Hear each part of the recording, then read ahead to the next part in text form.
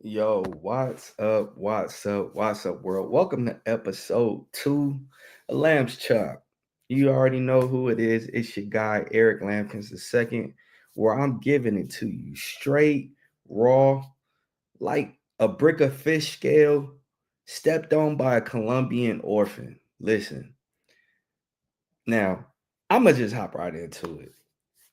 Everybody who knows me knows I'm a little bit atypical. I'm a little bit off, right?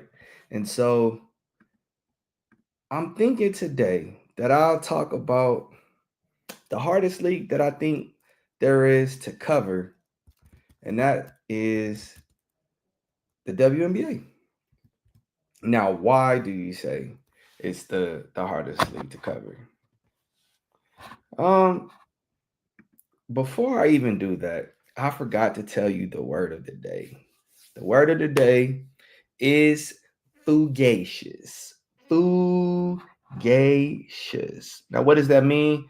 It means something that only lasts a little bit of time, not long. You know what I'm saying? So, uh, what's fugacious? Me being down, right? Uh, Jeff Bezos being broke. Ain't gonna last too long, right? So fugacious, Fugacious, adjective, word of the day, fugacious. Go on and drop that in your wordplay. Use that sometime throughout the course of the day, the course of the week, and yeah. But I'll tell you what's not fugacious: the WNBA.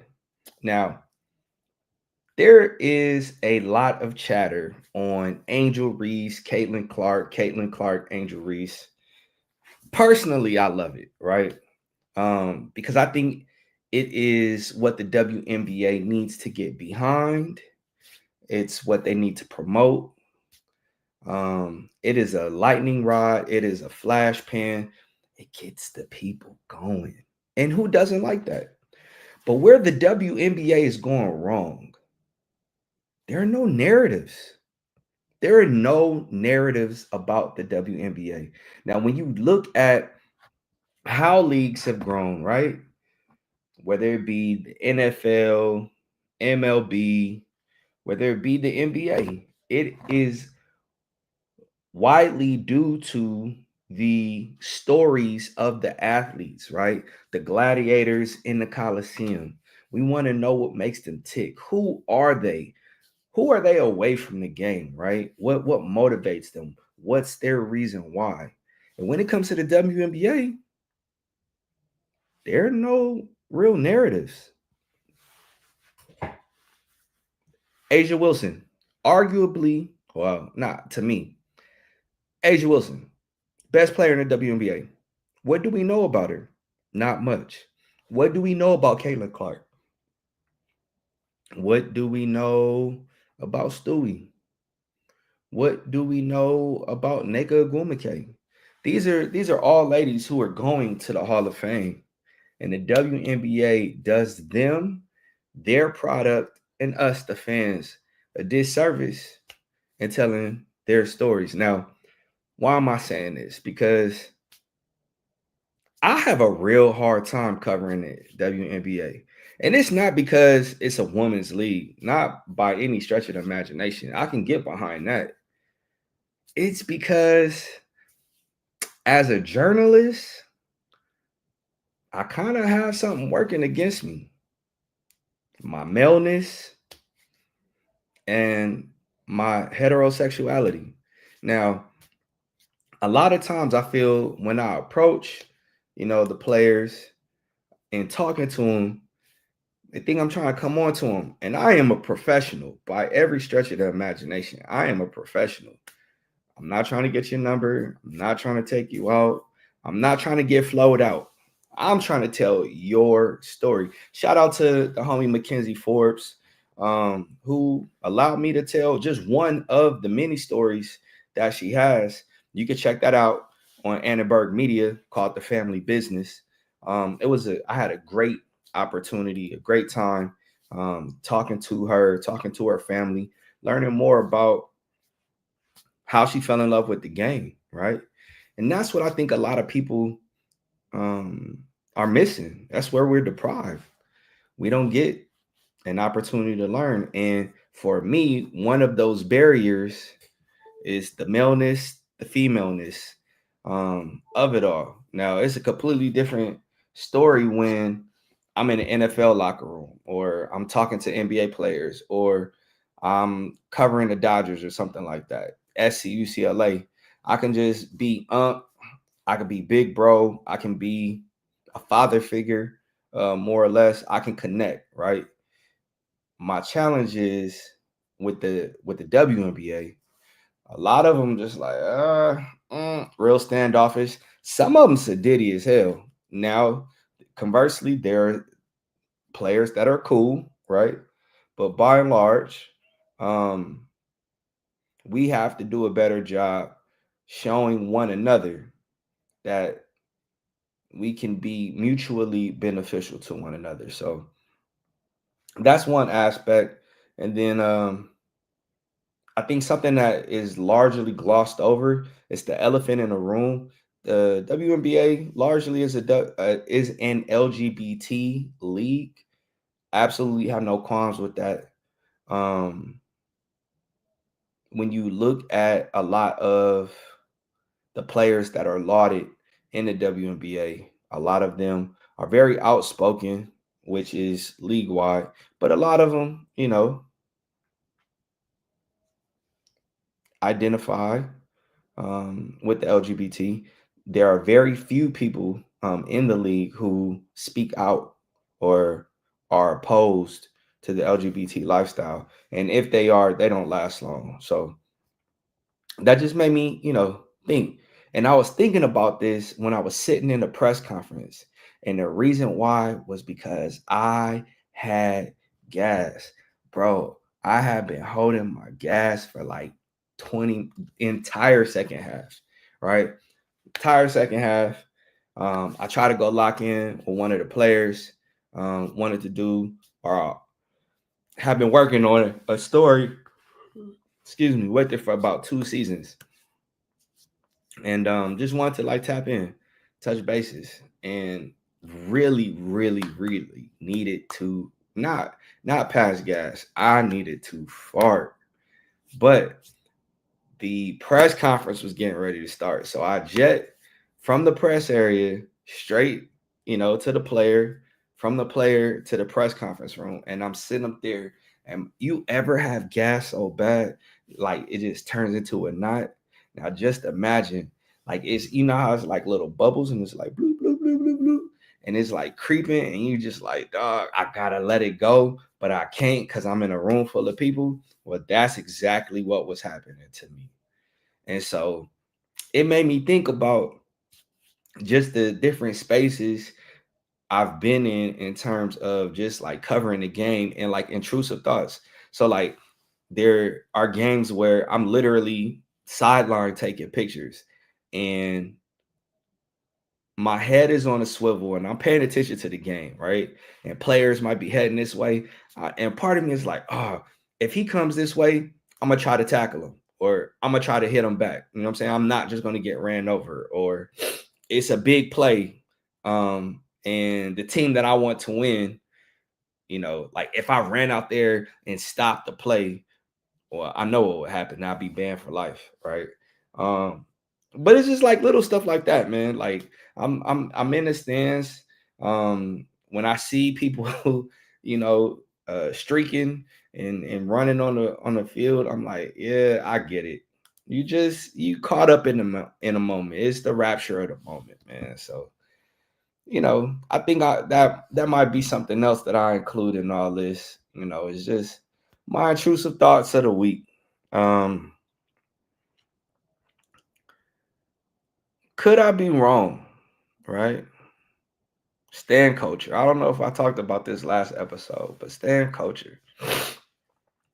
Shout out. Now hold on, let me backtrack. Yo, what is going down with TDE and Joey Badass? Yo, like hip hop needs this. This is like the culture. I'm kind of late to the show. All right. I'm late to the game. Um, so Joey, a New York rapper, um, did I saw he and Absol did a freestyle. They were jarring back and forth. It was cool. Out of nowhere comes Ray Vaughn of TDE, and this dude is going at Joey's neck. At his neck. If you haven't listened to it, please check it out. Then not only Ray Vaughn, you got my Jordan Downs hermano, my brother, you know what I'm saying? Daylight, he comes through, and you already know he's coming with the top tier bars. He comes at Joey. Joey and Top, they collab on TD East. They drop a website, TD East. It's a registered trademark between Top Dog and Joey Badass. So, part of me is thinking like, oh, okay, well, maybe TDE is expanding. Listen to the finals today. That's a response that Joey had to Rayvon. He dropped another one, Golden Eye, and Rayvon, bro, like Rayvon took off the gloves and went at his neck. He's talking about Joey at Diddy parties. I'm like, the rewindability in all of this is magnificent. And as someone who loves bars, I'm a backpacker, right? So shout out to Master Killer of the Wu-Tang. He said the dumb are mostly intrigued by the drum. And that stuck with me when I heard it the first time. So I'm always listening to what you say, how you formulate an idea, how you deliver it, right? Is there any entendre involved? If so, what are the layers? What are the levels to what you're spitting? Are you spitting something that I've never heard of that I have to research? Like Lupe Fiasco, he was talking about a Mandelbrot set, excuse me, in Mural. And I'm like, what the heck is a Mandelbrot set? And I'm, of course, on the Google machine, and I'm looking, I'm like, dang, if you don't know what a Mandelbrot set is, go look it up. It adds so much complexity, and it elucidates so much more when you understand and know and are able to contextualize what these MCs are talking about. It, for me, I just have a true penchant and appreciation for lyrics. So I'm looking at a lot of stuff that Joey and Ray and Daylight, Loaded Lux has entered the chat. You know what I'm saying? So for anybody who really loves hip hop, like this battle right here, it's where MCs MC right here. Like, if you are listening for bops, if you are a big Drake stan, this is not the battle that you are going to be interested in. However, if you like bars, if you like the bars that um if you want more bars than a bartender, or more bars than a correctional officer, or more bars than a test that an attorney takes, this battle is for you. 3 different sets of bars, triple entendre right there. That's kind of off the dome. Well, not really. I had tweeted it, but it did just pop back into my mind. But yeah, what I'm saying? Bars. So check that out, man. Let me know in the comment section who you got winning this. Of course, I would drop my phone, right? Let me know in the comment section who you got winning this battle. Yeah. So how are narratives constructed in this world of sports, man? A lot of times, you know, journalists go to the stadium, go to the game with an idea in mind of the story that they want to tell. Um, a lot of times, man, I just watch the game and let the game tell the story for me. It is what it is. Like each game, it takes on its own identity and has its own complexity. And so I just try to find a story in a story. A lot of times, because my mind is so scatterbrained, I'm taking disparate pieces of the game and comparing it to, politics or history or cooking or whatever, right? Whatever's on my mind at that time.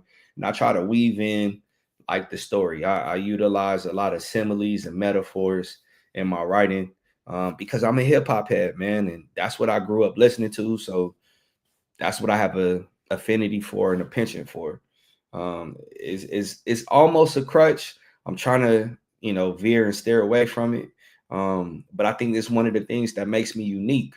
Um, I'm not trying to be like everybody else, and everybody don't utilize the same literary devices or utilize the same slang, or not even slang, just words, like word choices, right? And so I want to be different, you know. I don't want to stand out. And you all know what the motto is: as a misfit, don't fit in, find a way to stand out. And so I'm committed to doing it. Now, we are cooking. Me and Michael, me and the PG are cooking. We might have something Hall of Fame worthy, legendary, epic on the horizon. So you're not gonna want to miss it. Stay tuned. Uh, Short lamb chop today. It's already a little late. I gotta get up, gotta grind tomorrow. So I'm gonna call it a day. I know I'm an oddball. I know I'm a weirdo, but you don't want these hands. You don't want these problems. You know who it is. It's your guy E Lamb. Till then, chop.